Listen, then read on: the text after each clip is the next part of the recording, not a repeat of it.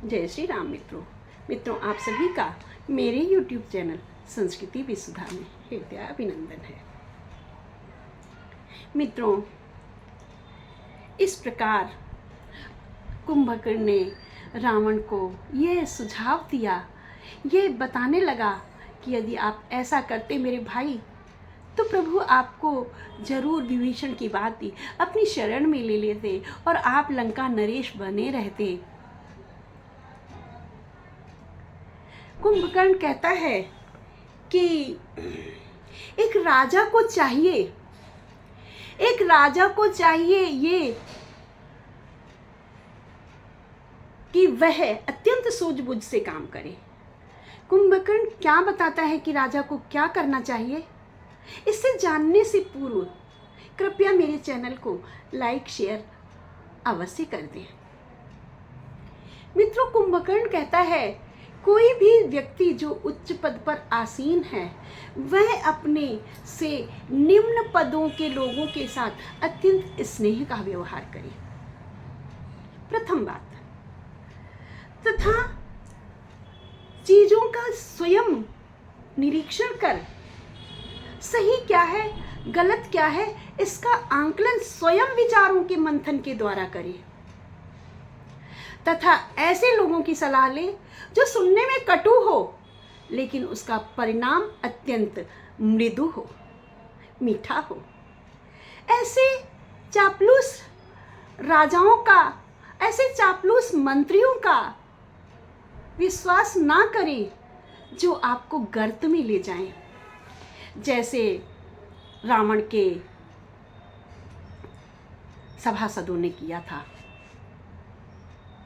रावण के सभासदों ने रावण को खुश करने के लिए रावण को अत्यंत बढ़ावा दिया था, जबकि भ्राता ने सत्यता को दर्शाते हुए सत्य के मार्ग का दर्शन कराना चाहा था, लेकिन रावण की समझ में नहीं आया था, क्योंकि उसमें रावण को अपनी बुराई नजर आ रही थी, अपनी तौहीन नजर आ रही थी।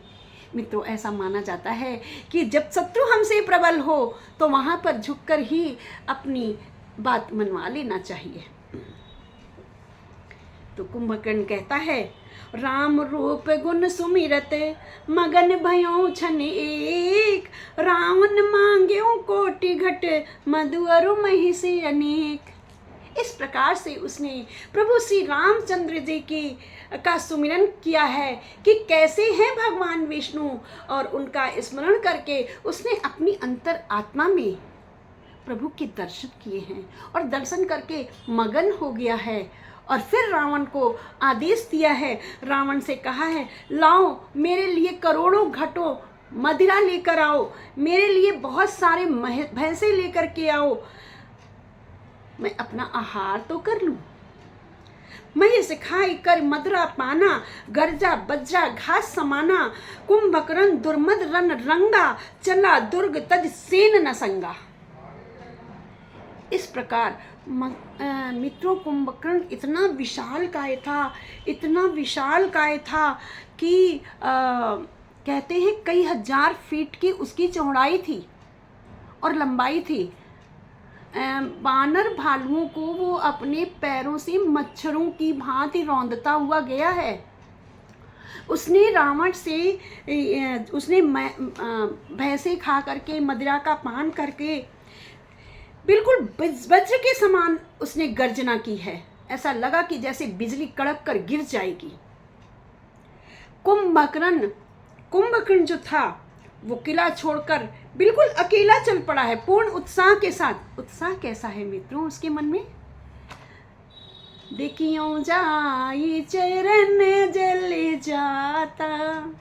उसके मन में यह है अत्यंत उत्साह है कि प्रभु श्री रामचंद्र जी के दर्शन करूंगा जा करके। देखियो जाई चरण जल जाता। जिसके दर्शन को देवता भी अभी तरस रहे हैं, मैं उनके दर्शन करूंगा। चला दुर्ग तज सेन न संगा। और बड़े उत्साह और अभिमान के साथ वह अकेला ही दुर्ग को छोड़कर चल पड़ा है। कोई उसे सैनिक की ज़रूरत नहीं, किसी साथी की ज़रूरत नहीं है। वह स्वयं में अकेला इतना बलशाली है, इतना वीर है कि उसे किसी की ज़रूरत नहीं है। आगे जब वह रण क्षेत्र में पहुंचा है तो क्या होता है, सबसे पहले किससे मिला है, जानते हैं अपने अगले वीडियो में। मित्रों बने रहिएगा मेरे साथ। बोलो राजा रामचंद्र की जय, भक्तवत्सल भगवान की जय।